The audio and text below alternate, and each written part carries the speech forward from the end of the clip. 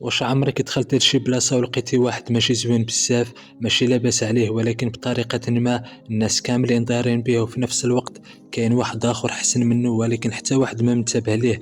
المشكل ماشي في الشكل، المشكل في الكاريزما. الكاريزما هي ملي كلشي كيولي كيبغيك. انسان عنده كاريزما هو داك الانسان بلا ما تحس كتلقى راسك باغي تنال الاعجاب ديالو. ما بغيتش نعقد عليك ونسيت نطول عليك اكثر.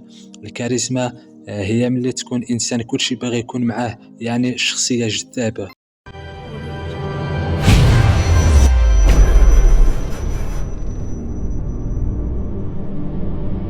الكاريزما هي موهبة كتزاد بها.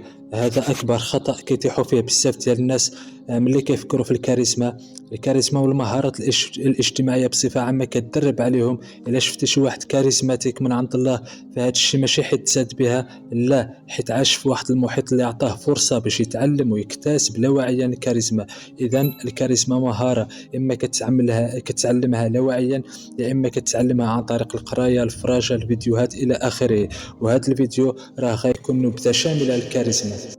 باش تكون عندك الكاريزما خاصك تكون انسان اجتماعي. هذا ثاني اكبر خطا كيطيحوا فيه بزاف ديال الناس ملي كيفكروا في الكاريزما. لا داعي انك تكون اجتماعي الا بغيتي تكون عندك شخصيه زوينه. بالعكس راه تكون انطوائي احسن. انا اللي كنهضر معاك دابا راه انا انطوائي. اللي مطلوب منك هو انك ما تكونش كتعاني من القلق الاجتماعي او الرهاب الاجتماعي. ما تكونش كتحشم، تكون تايق في راسك. هذا الشيء هو اللي مطلوب منك، ماشي انك تكون اجتماعي. حيت باقي الناس كيتسحب لهم باللي الانطوائي هو هذاك خونا اللي مكتئب، اللي كيدوز حياته كامله مخشي في بيته. لا، هذاك ماشي انطوائي. هذاك ربما كيعاني من القلق الاجتماعي، ربما وحيد، ربما ما كيفهم حتى حاجه من الناحيه الاجتماعيه، ما كيعرفش يهضر. الانطوائي هو فحالو فحال الاجتماعي، غير هو كيكون انسان كيبغي يدوز الوقت بوحده، والناس واللقاءات الاجتماعيه كتنقص له الانرجي ديالو.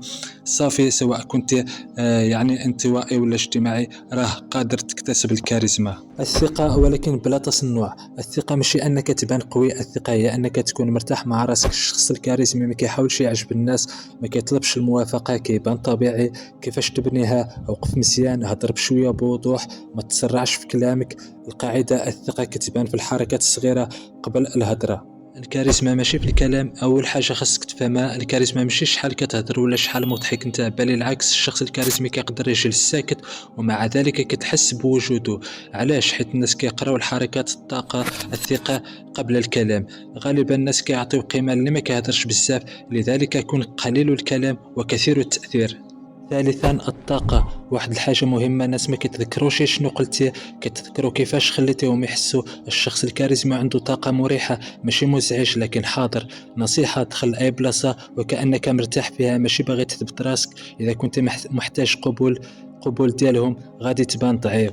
رابعا محاولة الإعجاب. خليني نكون صريح معاك، إلا كنت كتضحك بزاف باش تعجب الناس، كتوافق على كل شيء، كتشرح راسك وكتبرر الأفعال ديالك، راه كتنقص من القيمة ديالك. الناس كتحترم اللي عنده رأي وما كيخافش يسكت وما كيحاولش يرضي الجميع. وثانيا ما تحاولش تضحك الناس ولا تحاول تبان زوين، غير تبدا تنقص من هذا الشيء، الناس تبدا تحترمك اكثر، تعطيك قيمة أكبر. خامسا تحكم في النفس في المواقف الصعيبة. هنا كيبان الفرق الحقيقي. شي واحد ضايقك، شي موقف محرج، الشخص العادي كيبان عليه التوتر، الشخص الكاريزمي كيبقى هادئ. الهدوء في المواقف الصعبة يساوي قوة حقيقية. أي واحد يقدر يكون واقف إلا كان كل شيء مزيان، ولكن في المواقف الصعيبة إلا بقيتي هادئ، فهنا عرف بلي راك بديتي كتبني كاريزما حقيقية. سادسا خاصك حياة ماشي شخصية. واحد الحقيقة قاسية: ما يمكنش تكون شخصية كاريزمية إلا ما عندكش حياة، يعني أهداف، اهتمامات، تجارب. الكاريزما كتبدا من الداخل ماشي من التصرفات فقط. وفي النهاية الكاريزما ماشي جمال، فلوس، شهرة. الكاريزما هي حضور، ثقة، هدوء، تحكم. إذا بغيتي الناس يشوفوك، يحترموك، يحسوا بالوجود ديالك، ابدا من دابا. ما تبدلش من راسك، طور النسخة اللي فيك وتفكر. أقوى كاريزما هي اللي ما كتطلبش الانتباه ولكن كتفرضه. وكنتمنى في النهاية أن الفيديو يعجبكم، وتحياتي لكم، ونلتقي في فيديو آخر إن شاء الله.